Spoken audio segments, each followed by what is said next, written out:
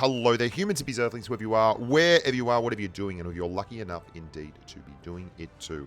I'm Bushka, welcome back to the channel. Today we're going to be having a look at some really important stuff. This is the T54 driven by Awesome Eggy. I don't know if this is my good mate Eggy, who used to play for Legion, or if it's another Eggy, but whatever it is, there's a couple of games here from Awesome Eggy that are pretty awesome. And Impenetrable is going to show you how to rock and roll with a couple of advanced tactics in the T54 and Mod 1 on Dynasty's Pearl. Now, these are not just about one particular tank, these tactics, and if you can master them, you'll be much better off. There are a massive number of tanks who have these kind of characteristics. Relatively low profiles for their class. Very, very sharp upper glacis. In fact, we're talking about more than just Russian mediums. We're talking about tanks like fantasy tanks like the 047. We're talking about Chinese mediums, which a lot of them are knockoffs of famous Russian tanks. We're even talking about several heavies like the WZ113 and the Glacial. They conform to certain parts of the armor profiles that we're going to be talking about. And I'm going to show you a very clear-cut example you can see here of Awesome Eggy doing wonderful things in the T54, getting lots of bounces and being very, very hard to hit, as is you can see the ding just across from him. They're not doing this by accident. I'm going to give you a look at an armor inspector model on the screen, and we're going to talk through that graphic and why it's so important. We're also going to look at some very, very advanced things that Russian mediums do particularly well.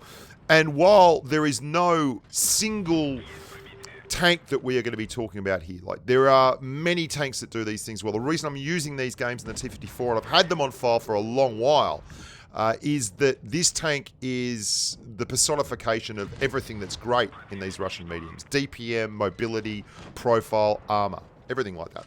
So let's have a look. You can see the upper glacis is green. The front of the tank is all green. This is with the Torts gun, the Tier 9 Tortoise. Very, very nice gun. But as soon as you angle it to about 35 degrees, you'll start getting 255s, 260 millimeters of effective armor. And once you raise it a little bit as well, it becomes an auto bounce zone. You can see it's a ricochet. Anything over about 70 degrees is an auto bounce zone. And that's why Awesome Eggy is going slightly up this incline while only showing his strong turret. Now that there from that Type 59 ding, if you go too far, you show the side of the tank, and that's no good.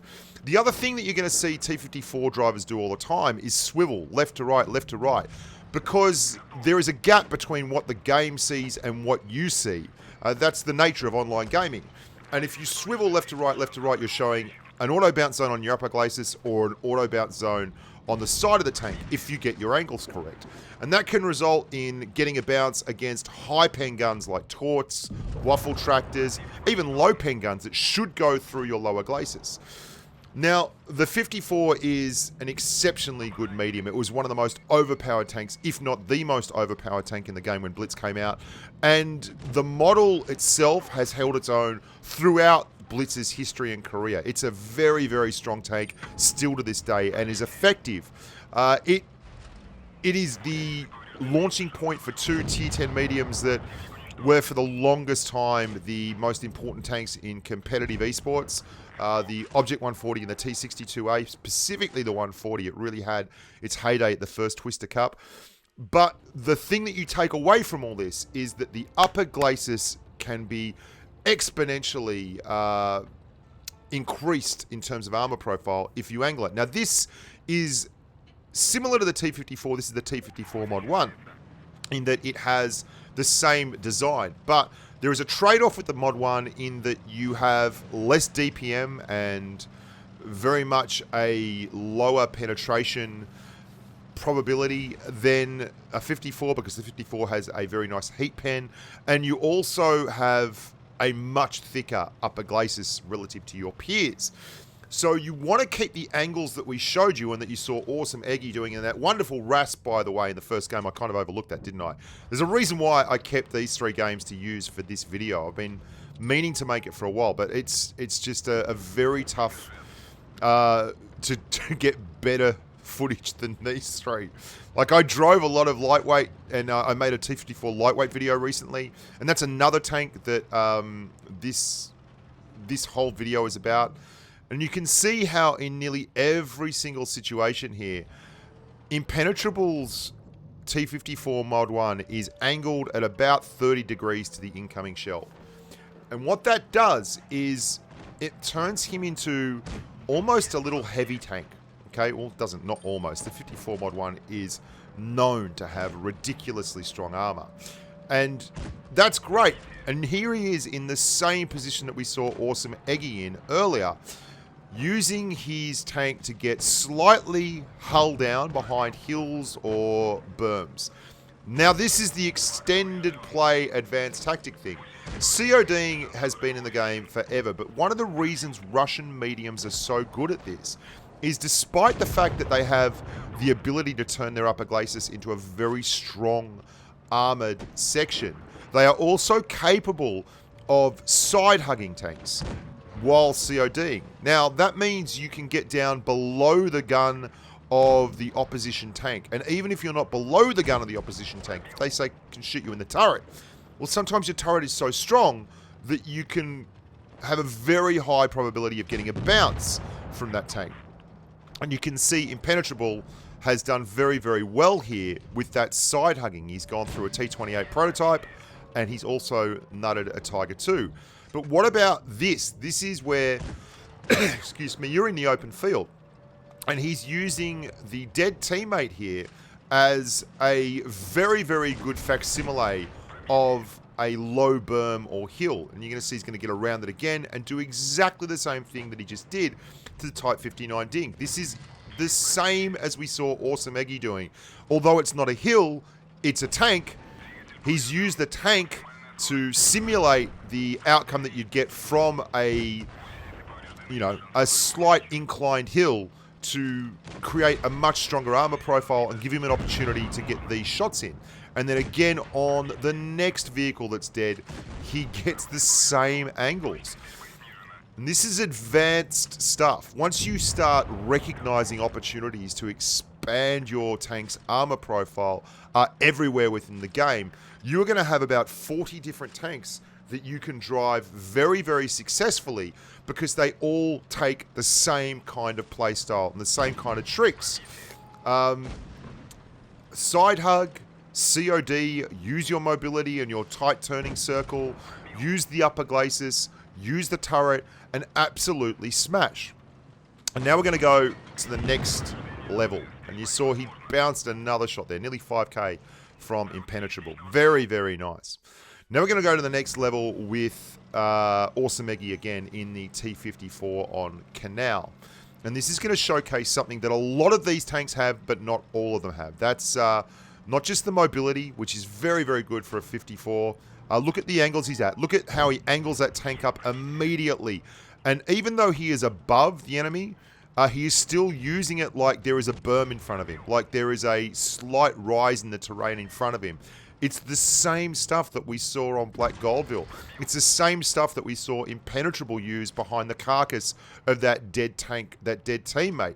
And even if it doesn't work every time, it sometimes means that they have to fire heat. It sometimes means that they take longer to aim. And all those things are positive outcomes for you.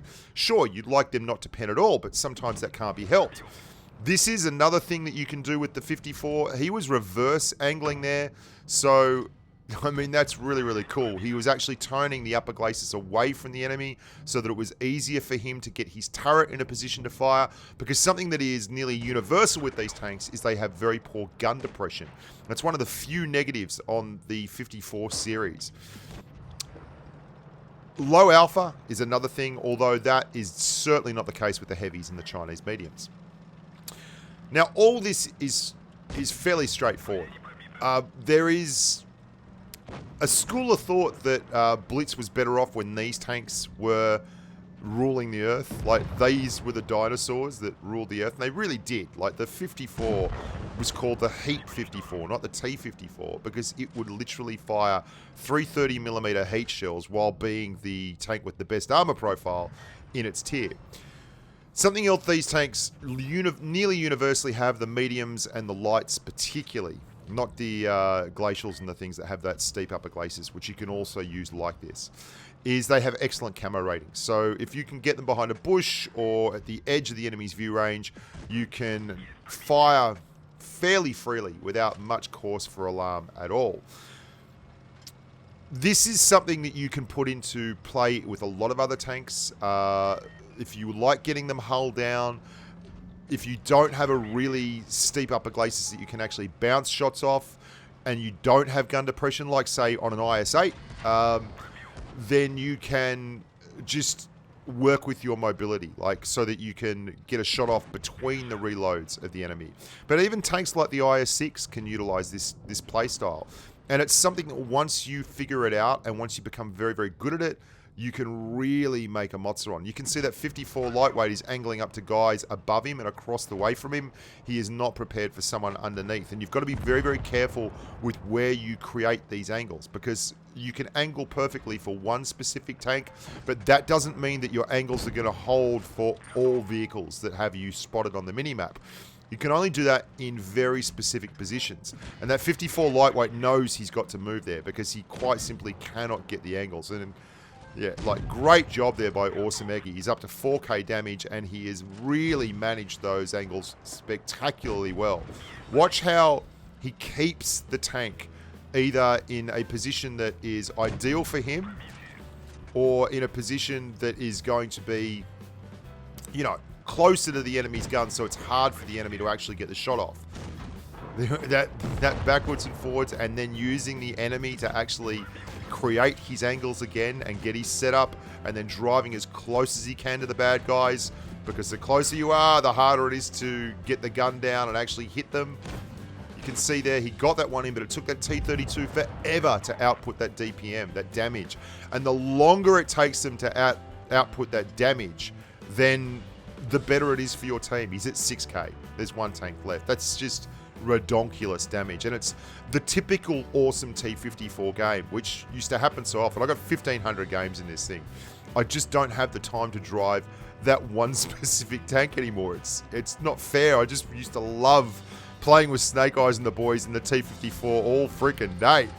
And one of the things about it is that if you make them aim, it is going to make them lower their damage output, and that gives you the opportunity to maximize your damage output while taking away their firepower, and that can create awesome results.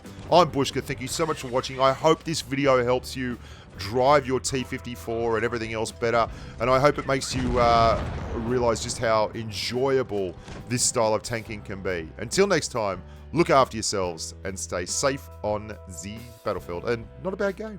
7,300 damage. Whoa, go, go, go, go, go, go.